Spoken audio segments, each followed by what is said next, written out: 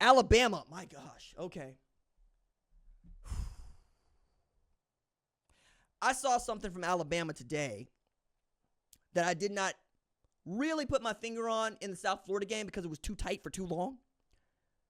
But they dropped 42 on Wisconsin, and it looked easy.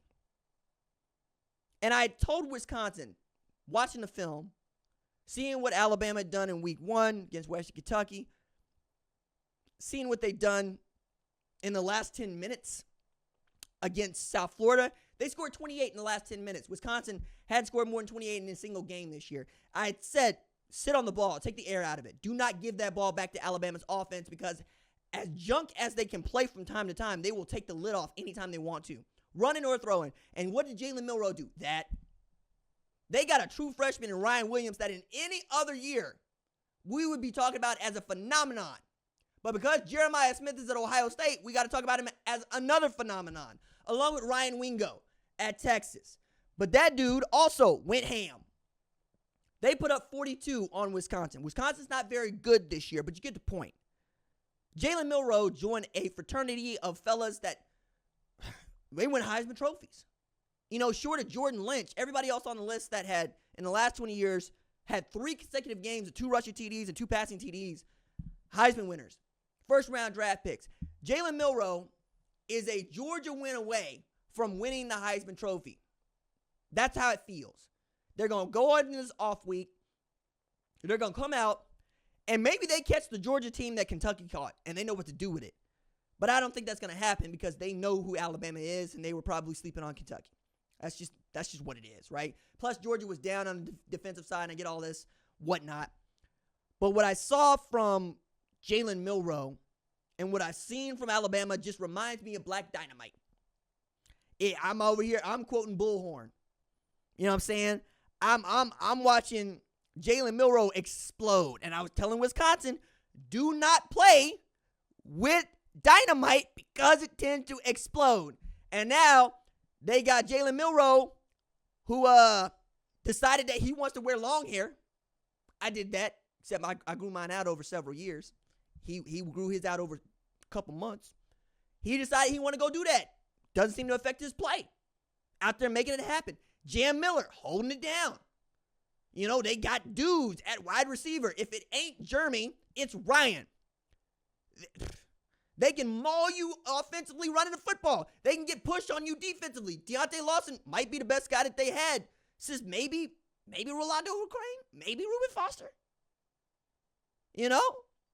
It feels like Alabama all over again, except it's just Kalen DeBoer, which is a man who has won 107 games and lost just 12 as a head coach.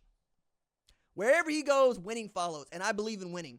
If you are a winner, you usually win everywhere you go. You make a habit of doing it. And what I find awesome about Kalen DeBoer is he's able to do it in a way that is magnanimous. Like, it's the Arch Manning of head coaches. He's smiling. He's saying all the right things. He's humble. He's open. He will talk to people. It's wild to have that at Alabama because Saban was locking everybody out. You didn't talk to any assistants ever. The process. If you wanted to project a win, he would tear you a new one. Not Kalen DeBoer. And, it's also the offense. We're thinking, man, Jalen going to have to be Michael Penix Jr. out there. No, he's not. They calling an offense that works for Jalen Milroe, which is what I had asked Tommy to do.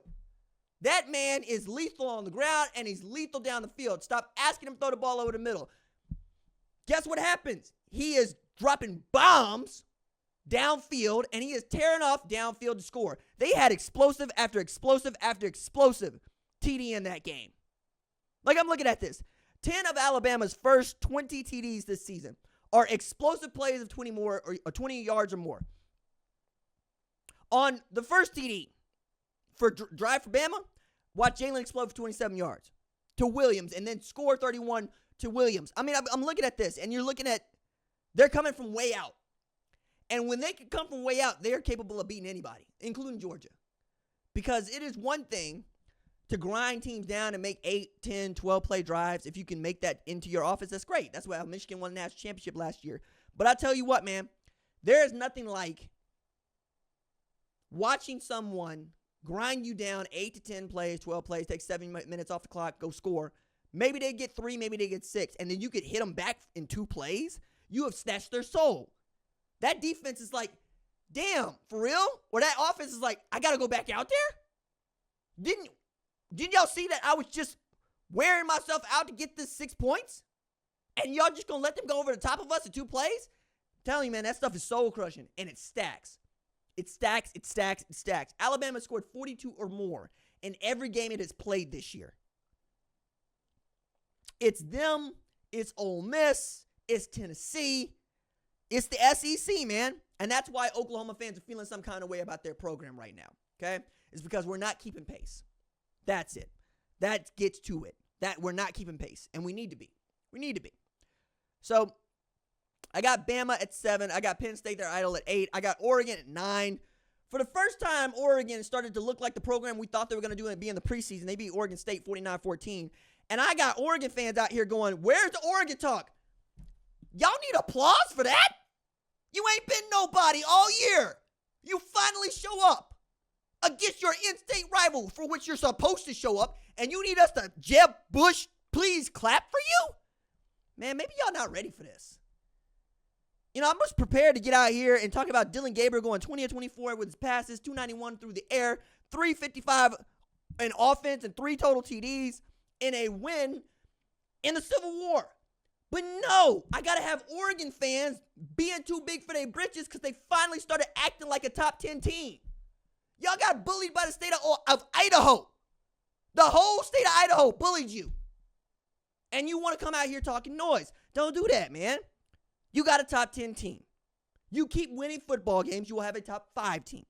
You get Ohio State at Austin. Beat Ohio State at Austin, and you won't need to ask, where's the Oregon talk? It will be the top of mind. Be quiet for a little while. That's all I'm saying, man. You lost the right to be asking for Oregon talk when you in a fist fight with the Idaho Vandals at home. When you getting run on by Ashton Genty for 192. Be Oregon. Don't be Oregon-like. Be Oregon. Be the team that we would look up and be like, damn, they put up 50 again? That's the first time I've seen that from y'all all year. All damn year. And you know what? Leave it to y'all to score 49 against the first Power 4 opponent you face. Can't get it. You know what? If we gave you a bunch of Portland States, Idaho's, Montana States, Montana, South Dakota State, North Dakota State, McNeese State, y'all might be in a dogfight every single week. Put the cupcakes on the menu, and y'all start treating them like jerky. I don't know what to do with Duck fans. You do it to yourselves, dog. Like, you ain't here talking about where's the Oregon talk. Over there at Idaho. That's where it is. It's way over there. Over there at Idaho. Go get it back. Come over here talking noise. Miami still seems to be the best team in the ACC. They beat Ball State like they stole something 62-0. Cam Ward has thrown for at least 304 yards in every game he's played as a Miami Hurricane. He went for 346, 5 TDs and a win. It's him. It's Jalen. Heisman contenders, dog. They right there. Do you know that the Hurricanes put up 750 yards of offense against the poor Ball State Cardinals today? That they put up 507 yards passing? Nasty work. Just nasty work. And they ain't got to play much of nobody the rest of the way. But you know what? They can't wait to get them. They couldn't wait to get to Florida. They couldn't wait. And they got a bunch of those left on the schedule, man. I'm excited. I think that Cam Ward is a lot of fun to see. I just hope that Mario Cristobal does the right thing when it comes to clock management. That's it. Get the clock management under control. Everything's going to be fine over there at Coral Gables. Number 11, I got Missouri. Finally played a team outside of Class 5A. Went down 14-3 to them at home. RJ, we scored 24 straight. But you were 14-3 at home. And you beat Boston College 27-21. What I find funny about this is people are going, Boston College, good football team. Because they beat Florida State. Have you seen who Florida State has beaten this year? Nobody. Zero. Nobody. Nothing. Nada. No. RJ, Boston College, top 25 team. Yeah. Because we did not expect them to go down there and beat the hell out of Florida State. That's why. Okay? I don't know that you could be looking at Boston College saying that's a good football team. We don't know, honestly. That's the answer. We don't know. we think we know about Missouri, who has won 3 consecutive games as an AP Top 25 team for the first time since 1976. But you know what? When you played Southmore and you played